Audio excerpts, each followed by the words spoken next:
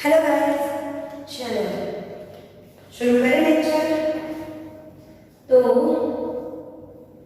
अब तक क्या देखा थोड़ा सा याद रख लेते हैं, ठीक है?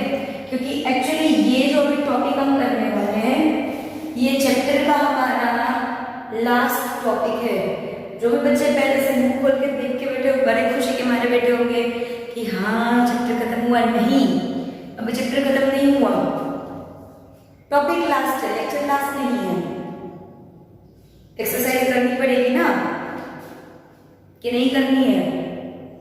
करनी तो पड़ेगी, क्योंकि एग्जाम्स होंगे, न्यूमेरिकल्स होंगे, तो एक्सरसाइज करनी पड़ेगी। जो मैंने होमवर्क में दी है तो मुझे याद है, वो मैं नहीं करवाऊंगी, लेकिन उनके अलावा करवाने वाली हूँ। तो ये पहले हमारा आज यहाँ पे चैप्टर हमारा कंप्लीट हो जाएगा। थियरी जो जो मुझे एक्सप्लेन करनी थी वो हो जाएगी। फिर नेक्स्ट लेक्चर हम क्या देखेंगे? न्यूमेरिकल्स, जो शायद 2 या 3 या 4 लेक्चर चलेंगे, जितना टाइम लगेगा, ठीक है? अब कि कहा नहीं जा सकता कितने न्यूमेरिकल से, क्या पता, ठीक है? चलो, तो पहले याद करो फटाफट से, पहले से अब तक क्या किया।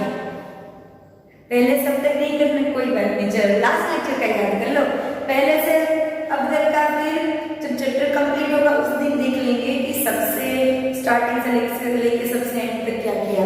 लास्ट का बता दो क्या किया लास्ट में। लास्ट में हमने देखा फ्यूल सेल। फ्यूल सेल किसको बोलते हैं?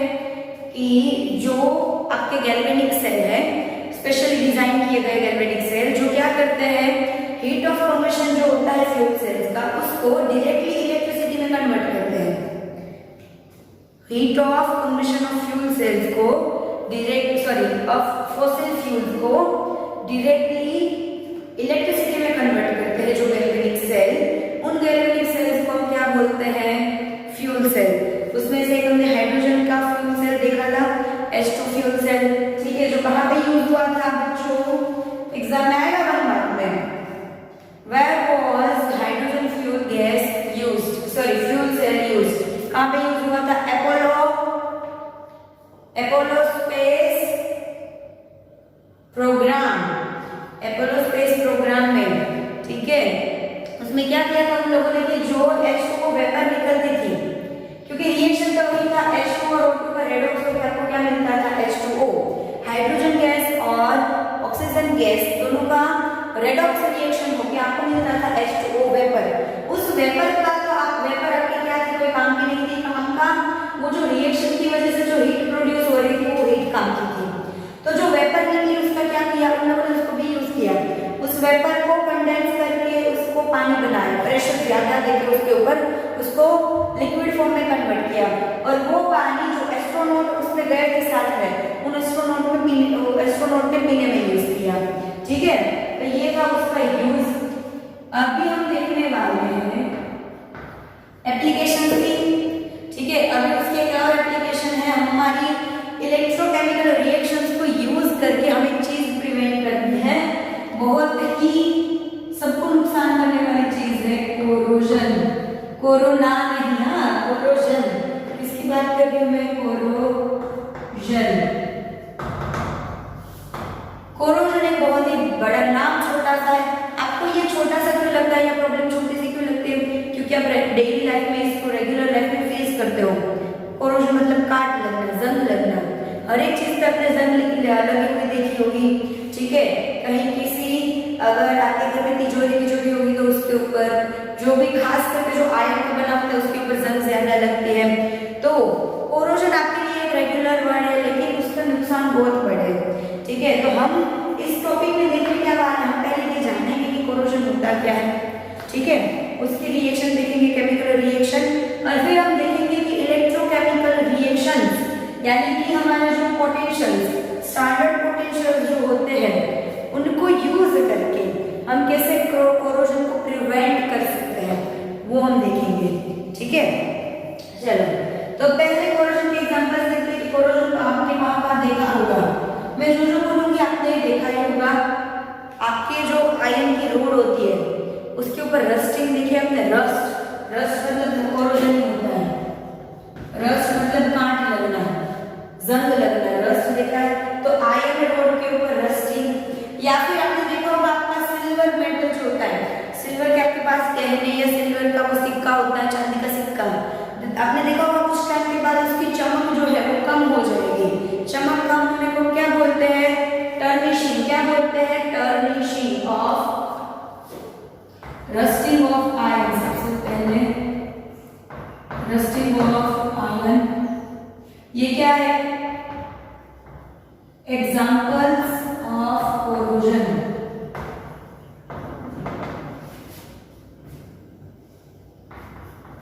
रस्टिंग ऑफ आयरन, फिर है टर्निशिंग,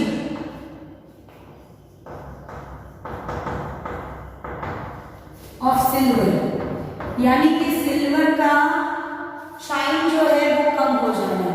ठीक है, फिर आपने देखा होगा green coating on, green coating on copper and bronze.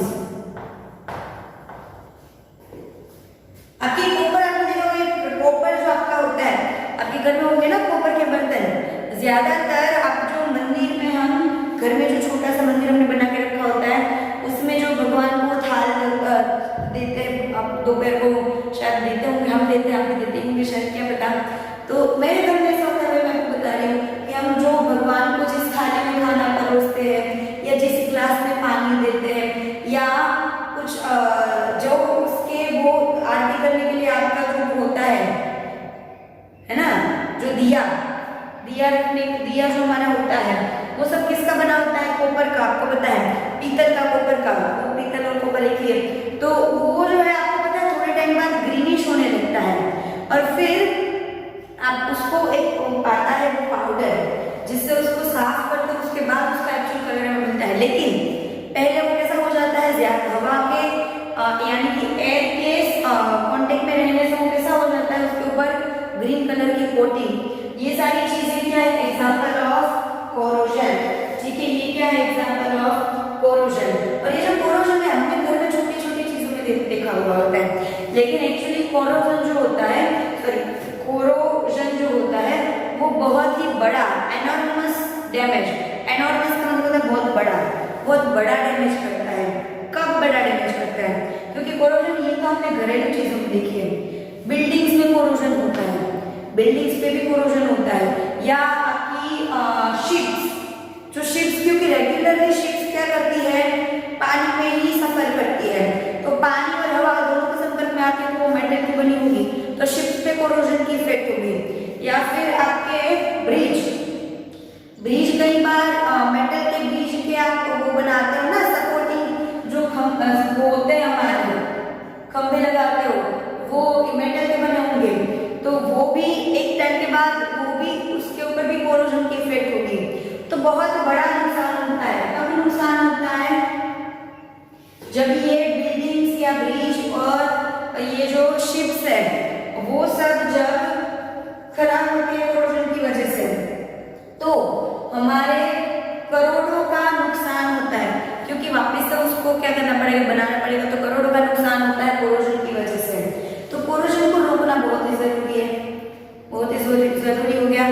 तो उसको रोकने के लिए पहले तो आपको ये जानना पड़ेगा कि कोरोजन होता कैसे है। कोरोजन है बहुत सिंपल वर्ड, क्योंकि आप रेगुलर लाइफ में सुनते हो, लेकिन बहुत ही कॉम्प्लेक्स होता है, उसकी रिएक्शन बहुत ही कॉम्प्लेक्स होती है। फिर भी हम आयन के स्लेब पे उसको समझने की कोशिश करते हैं। ठीक है, मान लो कि आपका ये आयन का स्लेब है,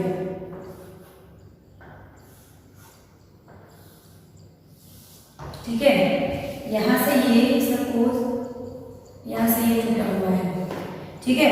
अभी पानी के लिए संपर्क, पानी के कांटेक्ट में होगा, ठीक है। सपोज यहाँ पे ये पानी का बूंद है, इसके ऊपर ये किसका बूंद है? पानी का बूंद है। और जो एटमॉस्फेयर में आपका ये पॉइंट्स पहले लिख लिया आपने, थोड़ा नीचे चला काम करते हैं, ठीक है।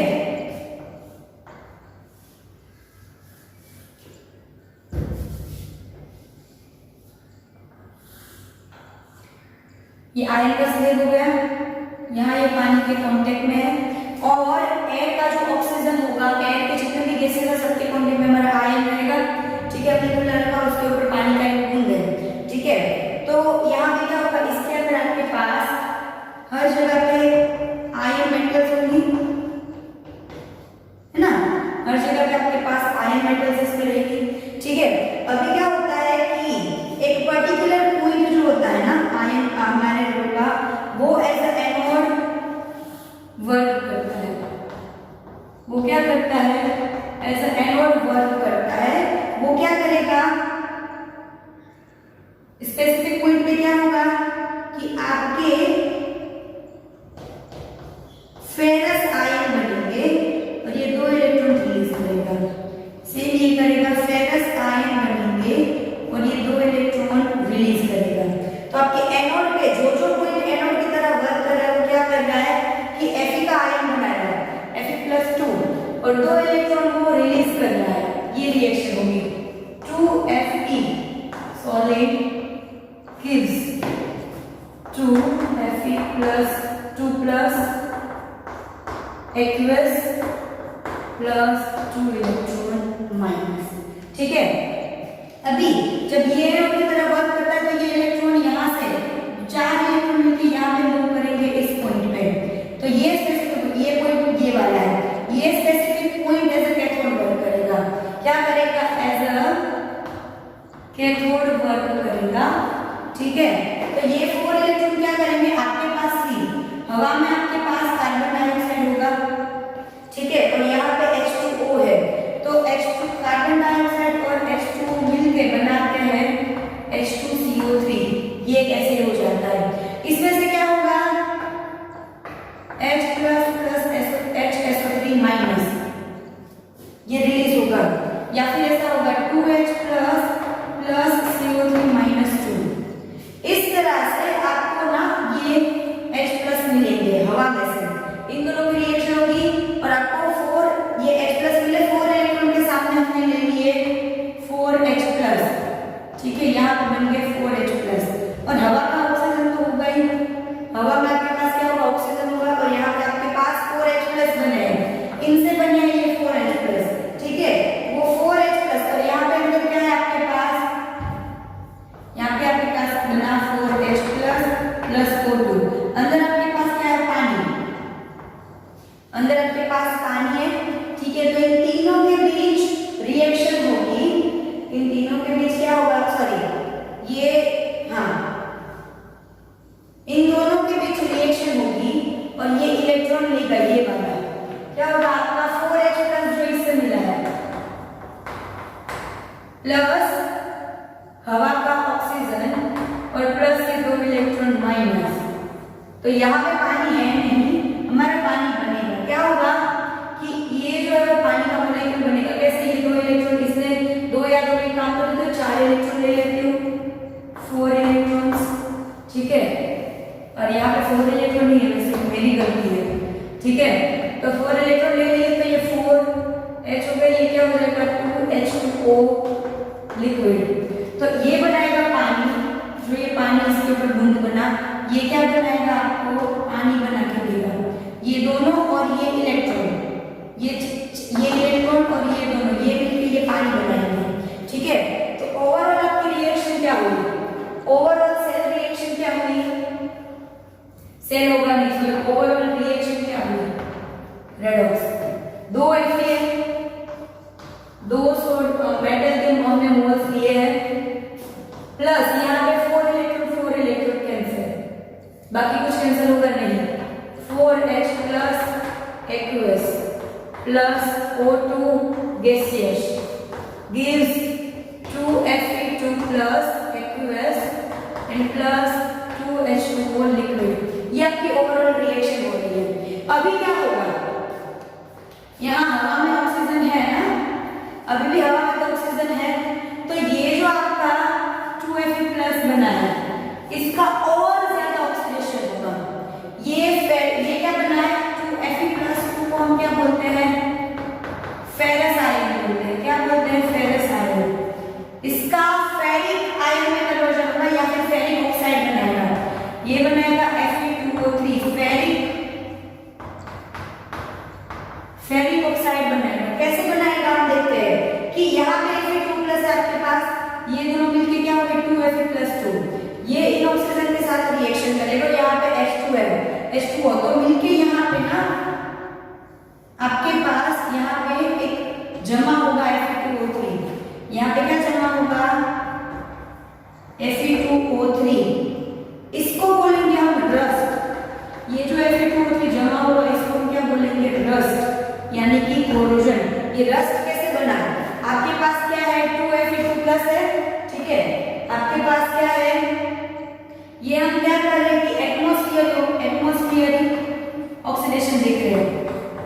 एटमॉस्फेरिक ऑक्सीडेशन कैसे हो रहा है?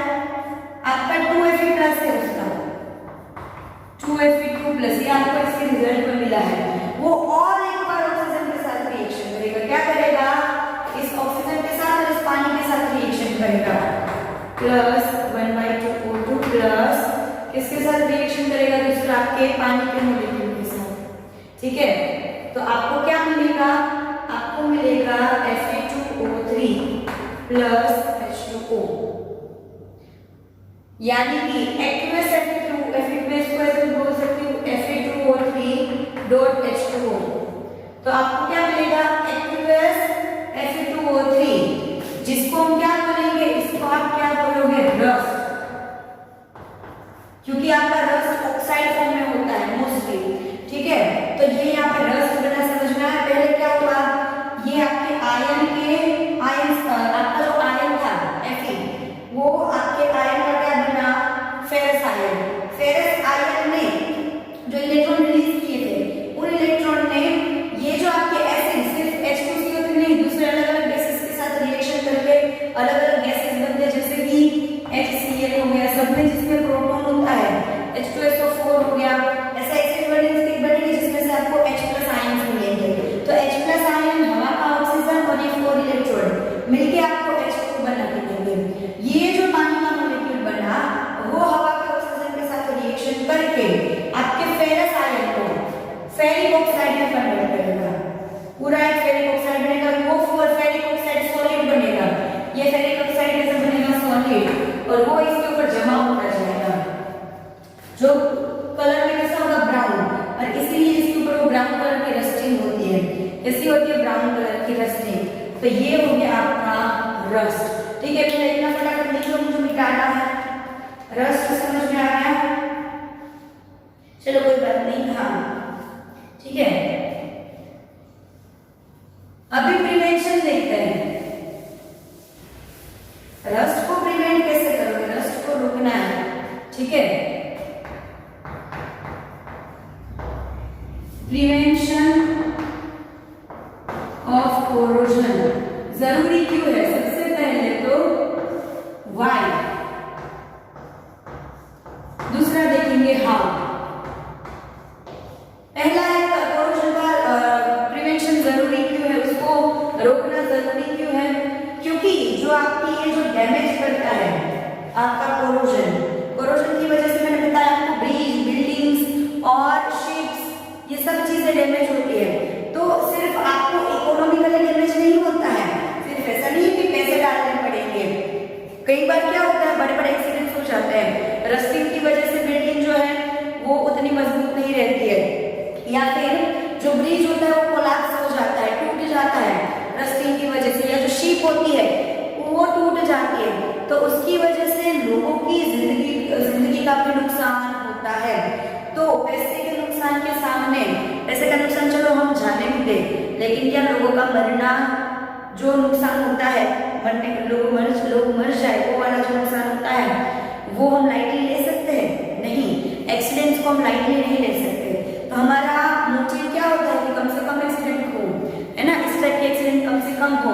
इसके लिए प्रिवेंशन ऑफ कोरोजन बहुत ही जरूरी है। अभी हम कैसे कर सकते हैं? तो एक तो क्या कर सकते हैं कि आपका ये जो मेटल होता है, मेटल को आप जो आपकी एयर का जो ऑक्सीजन होता है उसके कांटेक्ट में आने से रोको। क्या करो? मेटल को इसके कांटेक्ट में आने से रोको, यानी कि उसके ऊपर हम क्या करेंगे? कोटिंग। आप या तो इनर्ट मेटल्स, इनर्ट एलिमेंट कौन से होते हैं? इनर्ट का मतलब नॉन रिएक्टिव, जैसे कि प्लेटिनम हो गया, लेकिन प्लेटिनम बहुत महंगा होता है, प्लेटिनम की हम कोटिंग नहीं कर सकते, प्लेटिनम तो बहुत महंगा होता है। तो इनर्ट जो होते हैं नॉन रिएक्टिव मेटल्स, उनकी हम इसके ऊपर कोटिंग कर सकते हैं, क्योंकि वो नॉन रिएक्टिव है तो वो खुद ही ऑक्साइड्स नहीं बनाएंगे, तो वो खुद ही ऑक्साइड्स नहीं बनाएंगे तो ये कुछ भी नहीं होगा। ठीक है, या फिर आप कुछ केमिकल्स यूज कर सकते हो, जैसे कि बायसफिनॉल, इसको भी यूज कर सकते हैं। ये केमिकल है, ये केमिकल को आप उसके ऊपर कोटिंग के लिए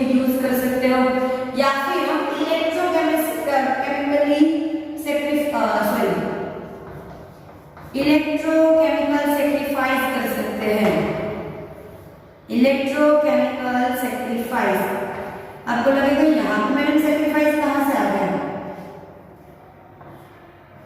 इलेक्ट्रोकेमिकल सेक्रीफाइस जो होता है वो कैसे होगा, क्या होगा इलेक्ट्रोकेमिकल सेक्रीफाइस में? तो समझते हैं हम लोग। देखो आपका आयन मेटल हम देख रहे हैं कि सबसे ज्यादा जो रस्टिंग होती है वो आयन मेटल की होती है, ठीक है। तो आयन की रस्ट हो क्यों रहा है, आयन का रस्ट बन क्यों रहा है? क्योंकि आयन का ऑक्सीडेशन हो रहा है। आयन का खुद का क्या हो रहा है? ऑक्सीडेशन। तो पोटेंशियल, पहले तो पोटेंशियल वाला पेज निकालो। एक काम करो, टेक्स्ट बुक में पोटेंशियल वाला पेज निकालो, ठीक है। मैं आपको बता रही हूँ पेज नंबर 71। होमवर्क में काम करना, पहले बीच में होमवर्क नोट डाउन करो। ये पेज नंबर 71 में जितने भी पोटेंशियल्स दिए हैं ना, सारे पोटेंशियल्स 10 टाइम्स लिख के आपको याद रखने हैं। 10 टाइम्स लिख के याद रखने हैं कि इसका ये पोटेंशियल होगा। समझ में आ गया सबके पोटेंशियल्स? तो आयन देखो, आयन ऊपर है, ठीक है। आयन का पोटेंशियल कितना है? और ये क्या है? Reduction potential E0 of Fe2 Fe2 plus 2 Fe। Reduction potential ion का कितना है हमारे पास? इधर गया -0.44, ठीक है। और रिडक्शन पोटेंशियल, अगर हम इसका रिडक्शन पोटेंशियल कितना है, ठीक है, तो हमें पता है, हमें क्या पता है? इसके ऊपर जितनी भी मेटल्स होगी ना वो इसका ऑक्सीडेशन करेगी। इसके ऊपर जो भी कोई होगा, क्योंकि उसका रिडक्शन पोटेंशियल आया होगा तो उसका खुद का रिडक्शन होगा, यानी वो इसका ऑक्सीडेशन करेगा। लेकिन इसके नीचे जितने भी एलिमेंट्स आते होंगे उनका रिडक्शन पोटेंशियल इससे कम होगा, इससे कम होगा, यानी कि इसका रिडक्शन होगा और नीचे वाले का ऑक्सीडेशन होगा। तो हम क्या करेंगे? जिंक, मैग्नीशियम, दोनों मेटल देखो इसके नीचे आते हैं। जिंक और मैग्नीशियम दोनों मेटल इसके नीचे आती है, या क्रोमियम कोई भी ले लो, तो इस ज्यादातर जिंक और मैग्नीशियम हम लेते हैं। तो ये दोनों जो मेटल है, ये दोनों मेटल का रिडक्शन पोटेंशियल इससे कम है। Standard reduction potential of zinc and standard reduction potential of magnesium is lesser than standard reduction potential of iron. इसका मतलब क्या होगा? जिसका पोटेंशियल ज्यादा उसका क्या होता है? रिडक्शन। जिसका पोटेंशियल कम उसका क्या होता है? ऑक्सीडेशन। तो यहाँ पे आपने अगर आयन के ऊपर, ये आपका Fe हो गया, इसके ऊपर मैंने मेटल लगाई हुई है, इसके ऊपर मैंने जिंक की कोटिंग की हुई है, तो जिंक का ऑक्सीडेशन होगा, जिंक ऑक्साइड बनेगा, जिंक का ऑक्सीडेशन होगा और इसकी वजह से ये सैक्रिफाइस करेगा।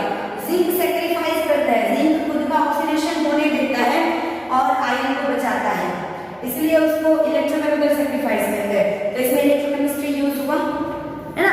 हमने क्या किया? इलेक्ट्रोकेमिकल आपके जो पोटेंशियल होते हैं, स्टैंडर्ड पोटेंशियल, वो हमने देखे कि इसका पोटेंशियल कम है, यानी कि जब ये दोनों साथ में होंगे तो ऑक्सीडेशन इसका होगा, इसका नहीं। तो इसका ऑक्सीडेशन होके जिंक खुद का ऑक्सीडेशन करके, खुद का कोरोजन करके इसका कोरोजन होने से बचाता है, ठीक है। तो इसलिए ये खुद का सैक्रिफाइस करता है। समझ में आ गया? ठीक है। तो इस तरह से हम रस्टिंग को रोक सकते हैं। तो यहाँ पे चैप्टर की थ्योरी सारी कंप्लीट हो गई। नेक्स्ट लेक्चर से हम क्या करेंगे? होमवर्क में क्या करोगे? कोरोजन का टॉपिक 2 टाइम्स लिखोगे और सारे स्टैंडर्ड पोटेंशियल्स 10 टाइम्स लिख के याद रखने हैं। एग्जांपल अभी जो एक्सरसाइज जो करने वाले हैं, आपको लगेगा मैडम जब आए थे तब क्यों नहीं दिए?